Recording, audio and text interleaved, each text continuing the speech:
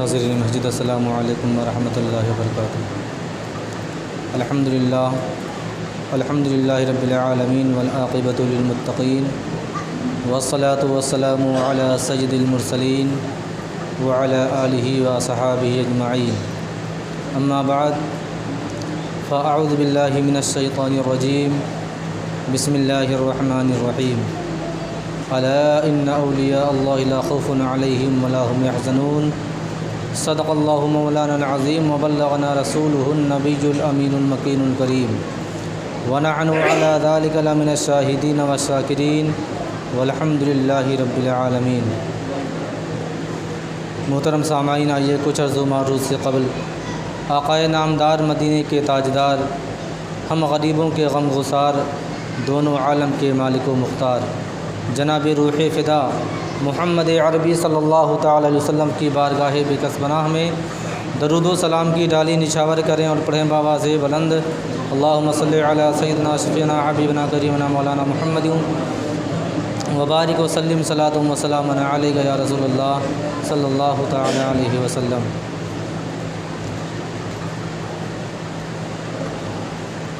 واہ کیا مرتبہ اے غوث ہے بالا تیرا، واہ کیا مرتبہ اے غوث ہے بالا تیرا، اونچے اونچوں کے سروں سے قدم اعلیٰ تیرا، اور سر بھلا کیا کوئی جانے کی ہے کیسا تیرا، سر بھلا کیا کوئی جانے کی ہے کیسا تیرا، اولیاء ملتے ہیں آنکھیں وہ ہے تلوہ تیرا۔ محترم سامعین، مہینہ غوث پاک رضی اللہ تعالیٰ عنہ کا چل رہا ہے، اور ہماری آپ کی خوش نصیبی ہے کہ حضور غوث پاک رضی اللہ تعالیٰ عنہ کی صدقے میں ہم تمامی حضرات ہر سال ان کی ماہ میں ان کے واقعات، ان کی سیرت کے متعلق، ان کی زندگی کے حالات تقریروں کے ذریعے سے سماعت کرتے رہتے ہیں۔ حضور غوث پاک رضی اللہ تعالیٰ عنہ کو اللہ تبارک و تعالیٰ نے کتنا مرتبہ اور کتنی فضیلتیں بخشی ہیں، وہ اس شعر سے اس کا اندازہ لگایا جا سکتا ہے کہ غوث اعظم درمیان اولیاء چو محمد درمیان انبیاء، یعنی جو مقام اور مرتبہ آقا کریم صلی اللہ تعالی علیہ وسلم کا تمام انبیاء کے درمیان ہے، وہی مقام اور مرتبہ حضور غوث پاک رضی اللہ تعالی عنہ کا تمام اولیاء کرام کے درمیان ہے۔ حضور غوث پاک رضی اللہ تعالی عنہ کا حسب و نسب والد کی طرف سے حسنی ہے اور والدہ کی طرف سے حسینی، یعنی آپ طرفین سید ہیں۔ آپ کا رشتہ اگر، آپ کا حسب و نسب اگر والد کی طرف سے شمار کیا جائے آپ کا شجرہ، تو امام حسن رضی اللہ تعالیٰ عنہ سے جا کے ملتا ہے، اور اگر آپ کا شجرہ آپ کی والدہ ماجدہ ام الخیر فاطمہ سے لیا جائے تو آپ کا حسب و نسب امام حسین رضی اللہ تعالیٰ عنہ سے جا کے ملتا ہے۔ حضور غوث پاک رضی اللہ تعالیٰ عنہ کی فضیلت کے متعلق ایک چھوٹا سا واقعہ ہے۔ امیر خسرو جو دہلی کے رہنے والے تھے، اکثر لوگ ان کا نام سنے ہوں گے، وہ محبوب الہی حضور نظام الدین اولیاء کے مرید خاص تھے۔ محبوب الہی کا مزار اکثر و بیشتر لوگ جانتے ہیں، ان کی زیارت بھی کیے ہوں گے۔ دہلی کی سرزمین پر آپ آرام فرما ہیں۔ حضور نظام الدین اولیاء ہی کو محبوب الہی بھی کہا جاتا ہے۔ امیر خسرو چونکہ محبوب الہی حضور نظام الدین اولیاء رحمۃ اللہ تعالیٰ علیہ سے مرید تھے، ان سے بیعت تھے، لیکن ایک دن کا اتفاق پڑا کہ آپ پانی پت کی سرزمین پر تشریف لے گئے۔ امیر خسرو جب وہاں پہنچتے ہیں تو چونکہ وہ علاقہ بو علی شاہ قلندر کا تھا، ان کا بڑے اولیاء کرام میں شمار ہوتا ہے۔ ان کے اندر جو سب سے خصوصی بات ہے، آپ سنیں گے تو دنگ رہ جائیں گے کہ بتائیے اولیاء کرام کو اللہ تبارک و تعالیٰ نے کتنا بڑا مقام اور مرتبہ دے رکھا ہے۔ بو علی شاہ قلندر وہ شخصیت کا نام تھا جو ہر جمعرات کو اپنے تمام مریدین کو اپنے حجرے میں، اپنے دربار میں بٹھا کر کے اور صرف اتنا کہتے تھے کہ آپ تمام لوگ اپنی آنکھوں کو بند کریے۔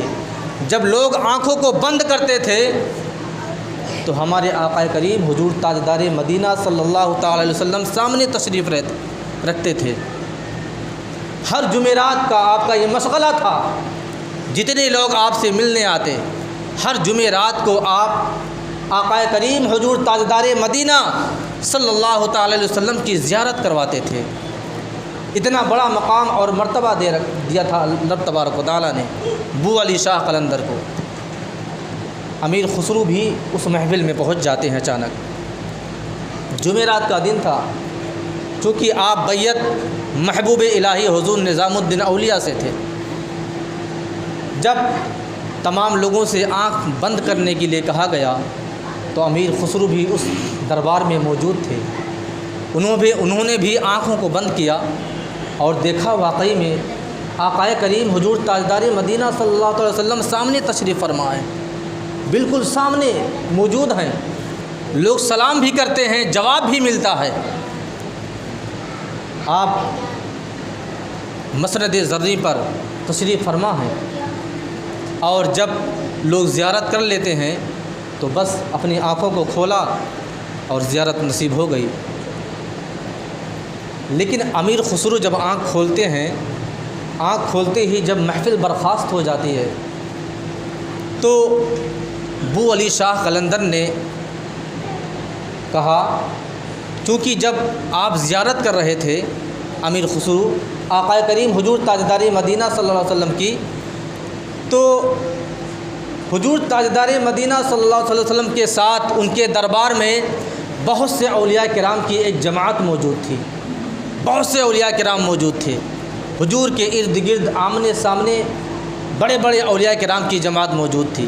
لیکن جب امیر خسرو آنکھ کھولتے ہیں، بو علی شاہ قلندر امیر خسرو کو بلاتے ہیں اور آپ فرماتے ہیں، اے امیر خسرو، تم تو مرید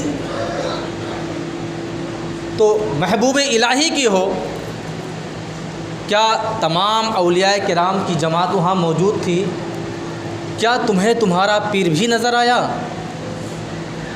امیر خسرو دنگ رہ گئے، واقعی میں نے تمام اولیاء کرام کی بھی زیارت کی، حضور تاجدار مدینہ صلی اللہ علیہ وسلم کی زیارت کے ساتھ ساتھ بڑے بڑے اولیاء کرام بھی موجود تھے، لیکن ہاں یہ بات تو سوچنے کی ہے کہ میرے پیر و مرشد نہیں موجود تھے، تمام اولیاء کرام تھے، میرے پیر و مرشد نہیں تھے۔ آپ کو یہ بات لگ گئی، آپ کی آنکھوں سے آنسو جاری ہو گئے۔ آپ نے سوچا کہ میں تو ایک ایسے پیر سے مرید ہوں جس کا مقام مرتبہ کچھ ہے ہی نہیں، جو نبی کی بارگاہ میں موجود ہی نہ تھا۔ اس کا مطلب میرے پیر و مرشد کا درجہ مقام بہت کم ہے، بہت کم تر ہے۔ اگر اعلیٰ درجے والے ہوتے تو آج آقا کریم کے دربار میں وہ بھی موجود ہوتے۔ آپ کو بات لگ گئی، آپ دوڑے دوڑے دہلی کی سرزمین پر پہنچتے ہیں اور جب روندی ہوئی آنکھوں کو محبوب الہی نے دیکھا، امیر خسرو کیا بات ہے، آنکھ رونے جیسی کیوں بنائے ہو، چہرہ رونے جیسا کیوں بنا لیا ہے، کیا بات ہے؟ امیر خسرو نے عرض کیا، اے میرے پیر و مرشد، میں پانی پت کی سرزمین پر گیا تھا، بو علی شاہ قلندر کا مقام مرتبہ ہے، یہ آنکھوں کو بند کراتے ہیں تو نبی کریم کا دیدار کراتے ہیں، لیکن دیدار کے درمیان تمام اولیاء کرام کی جماعت کو میں نے دیکھا، لیکن آپ کو پیر و مرشد میں نے اس جماعت میں نہیں پایا۔ محبوب الہی نے کہا پھر سے جاؤ، پھر سے جاؤ۔ امیر خسرو نے کہا کہ اب پھر جانے سے کیا ہوگا، پھر میری رسوائی کی جائے گی، مجھے رسوا کیا جائے گا جب میرا پیر و مرشد وہاں موجود نہیں ملے گا۔ محبوب الہی نے کہا کہ جب جاؤ اور جب بو علی شاہ قلندر آنکھ کو بند کرائیں اور آقا کریم صلی اللہ علیہ وسلم کی زیارت نصیب ہو جائے تو کسی اولیاء سے مت پوچھنا، آقا کریم صلی اللہ تعالی علیہ وسلم سے خود دریافت کرنا، عرض کرنا رسول کی بارگاہ میں، یا رسول اللہ میرا پیر و مرشد محبوب الہی کہاں ہے، وہ بتائیں گے میں کہاں ہوں۔ آپ نے ایسا ہی کیا۔ محبوب الہی کے دربار سے نکل جاتے ہیں امیر خسرو اور پہنچتے ہیں بو علی شاہ قلندر، جمعرات کا دن ہے۔ پھر لوگ آنکھوں کو بند کرتے ہیں، رسول کریم صلی اللہ علیہ وسلم کی زیارت نصیب ہوتی ہے۔ آپ نے پھر دیکھا کہ اولیاء کرام کی جماعت میں، رسول کریم کے دربار میں میرا پیر و مرشد موجود نہیں ہے۔ امیر خسرو نے اپنے پیر کے کہے ہوئے راستے پر چلنا شروع کیا۔ آپ نے آقا کریم سے عرض کیا یا رسول اللہ میرا پیر و مرشد محبوب الہی نظام الدین اولیاء کہاں ہے؟ آقا کریم صلی اللہ علیہ وسلم نے فرمایا اوپر کی منزل میں چلے جاؤ۔ پھر امیر خسرو سیڑھی کے ذریعے سے اوپر کی منزل میں گئے، وہاں بھی دیکھا آقا کریم مسند زرعی پر وہاں بھی موجود ہیں، نیچے بھی وہاں بھی دیکھا اولیاء کرام کی جماعت ہے، لیکن میرے پیر و مرشد نہیں ہیں۔ پھر آپ نے عرض کیا یا رسول اللہ میرے پیر و مرشد تو یہاں بھی موجود نہیں ہیں۔ نبی کریم صلی اللہ علیہ وسلم نے فرمایا ایک منزل اور اوپر چلے جاؤ۔ امیر خسرو بتاتے ہیں کہ میں ایک منزل اور اوپر گیا، لیکن میں جیسے جیسے منزل طے کرتا جاتا تھا ویسے ویسے اولیاء کرام کی جماعت کم ہوتی جاتی تھی، تعداد لوگوں کی کم ہوتی جاتی تھی۔ آخرکار امیر خسرو کا بیان ہے اس طرح کرتے کرتے میں 7ویں 8ویں منزل پہ پہنچ گیا، اور جب وہاں بھی اپنے پیر و مرشد کو نہیں پایا تو میں نے پھر عرض کیا یا رسول اللہ میرے پیر و مرشد تو یہاں بھی موجود نہیں ہیں۔ آقا کریم حضور صلی اللہ علیہ وسلم نے ارشاد فرمایا ایک منزل اور اوپر چلے جاؤ۔ 7ویں منزل پہ جب پہنچتے ہیں تو دیکھتے ہیں کہ آقا کریم صلی اللہ علیہ وسلم وہاں بھی موجود ہیں۔ 7ویں منزل میں ہمارے آقا حضور تاجدار مدینہ صلی اللہ علیہ وسلم موجود ہیں، حاضر ہیں۔ اور جب وہاں پہنچتے ہیں تو دیکھا کہ جماعت اولیاء کرام کی کم ہوتے ہوتے 3 تک پہنچ گئی، اور میں نے دیکھا کہ میرے پیر و مرشد بالکل عین سامنے حضور کے مسند زرعی کے سامنے روبرو ان کے محبوب الہی حضور نظام الدین اولیاء موجود ہیں، اور ان کے داہنے جانب کوئی اور بزرگ ہیں، ان کے بائیں جانب کوئی اور بزرگ ہیں، اور حضور صلی اللہ علیہ وسلم کے سامنے میرا پیر و مرشد ہے۔ پھر اس کے بعد امیر خسرو عرض کرتے ہیں کہ جیسے میں نے اپنے پیر و مرشد کو دیکھا فوراً آنکھیں کھول دی، اور جب آنکھ کھلتی ہے تو پھر زیارت ختم ہو جاتی ہے۔ فوراً آنکھیں کھول دی اور دوڑتا ہوا دہلی کی سرزمین پر پہنچا، اپنے پیر و مرشد کے قدموں میں گر گیا کہ واقعی میں اللہ تبارک و تعالیٰ نے آپ کو وہ مقام مرتبہ عطا کیا ہے کہ آپ تو حضور کے محبوب خاص ہیں، اسی وجہ سے آپ کو محبوب الہی کہا جاتا ہے۔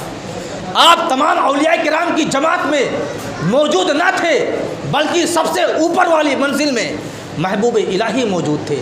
اس سے پتہ چلتا ہے کہ آپ اللہ تبارک و تعالیٰ کے واقعی میں محبوب تھے، اسی وجہ سے آپ کا لقب محبوب الہی پڑا۔ اور پھر آپ کے پیر و مرشد نے فرمایا اے امیر خسرو تو نے تو مجھے دیکھا، میں تو موجود تھا حضور کے سامنے، لیکن کیا تم نے دائیں جانب نہ دیکھا، بائیں جانب نہ دیکھا کون شخص موجود تھے؟ اس نے کہا حضور میں تو بس آپ کی تلاش میں تھا، آپ ملے تو بس میری ساری خوشیاں دوبالا ہو گئیں، میں نے دھیان ہی نہ دیا کہ حضور کے داہنی جانب کون ہے، بائیں جانب کون ہے۔ محبوب الہی فرماتے ہیں داہنے جانب تو غوث پاک رضی اللہ تعالیٰ عنہ تھے اور بائیں جانب سلطان الہند حضور خواجہ معین الدین چشتی اجمیری رضی اللہ تعالیٰ عنہ کی ذات بابرکات تھی۔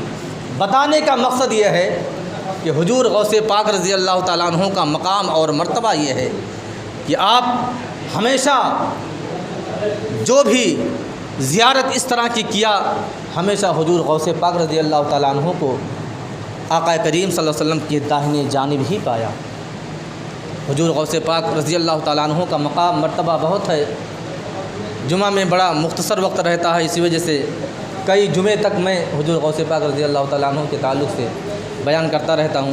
اور ایک اعلان بھی کرنا ہے کہ پہلے کیا جا چکا ہے، جو مسجد تعمیر کے لیے جاری و ساری ہے رسول نگر محلے میں، خفیہ طریقے سے اس کی تعمیر کی جا رہی ہے، تو آپ ہم تمام حضرات سے میری مؤدبانہ گزارش ہے کہ یہ دو شخص جا رہے ہیں، آپ تمام حضرات سے جتنا ہو سکے بھرپور تعاون فرمائیں، کیونکہ اس کا کام بڑی تیزی سے ہو رہا ہے تاکہ جلد از جلد پائے تکمیل تک پہنچ جائے اور کوئی بات نہ ہونے پائے۔ اور ایک گزارش یہ بھی آپ لوگوں سے ہے کہ رومال کا آپ لوگ انتظار بالکل نہ کریں۔ جن کو اللہ تبارک و تعالیٰ نے اس لائق بنایا ہے کہ 2-4 دن کی مزدوری دے سکتے ہیں تو مزدوری دے دیں، کہہ دیں کہ 1 ہفتے کی مزدوری میرے طرف سے۔ جن کو اللہ تبارک و تعالیٰ نے نوازا ہے، دیا ہے، مال و دولت عطا کیا ہے، کم سے کم مورنگ ہوا، بالو ہوا، اینٹ ہوا، سیمنٹ ہوئی، سریا ہوئی، اس طرح ایک اپنا وصول بنا لیں کہ اتنا کنٹل سریا دیں گے، اتنی بوری سیمنٹ دیں گے، 1 ٹالی یا 2 ٹالی مورنگ دیں گے، 1-2 ٹالی گٹی یا اینٹ دیں گے۔ اس طرح آپ حصہ لے لیں تو واقعی میں آپ کے لیے آخرت کے نجات کے لیے جان لیجئے ایک ذریعہ بن جائے گا۔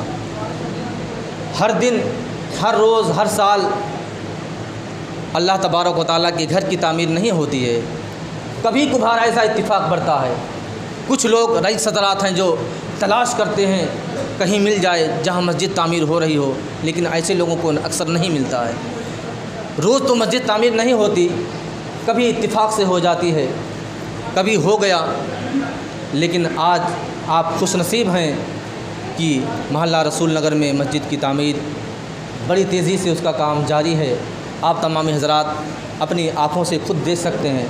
میرا جانا روز ہوتا ہے کیونکہ اسی محلے میں میں رہتا ہوں، تو میرا آنا جانا اسی راستے سے رہتا ہے، تو روز میں دیکھتا ہوں کہ کام کتنا تیزی سے ہو رہا ہے۔ لوگ وہاں موجود بھی رہتے ہیں، جو وہاں کے اراکین حضرات ہیں، ذمہ داران حضرات ہیں، وہاں موجود رہتے ہیں۔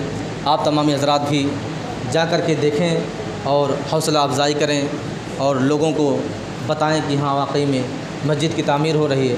تو آپ سے گزارش یہی ہے کہ جن کو اللہ تبارک و تعالیٰ نے اس لائق بنایا ہے کہ کچھ دے سکتے ہیں، تو آپ تمام حضرات رومال میں ڈال کر کے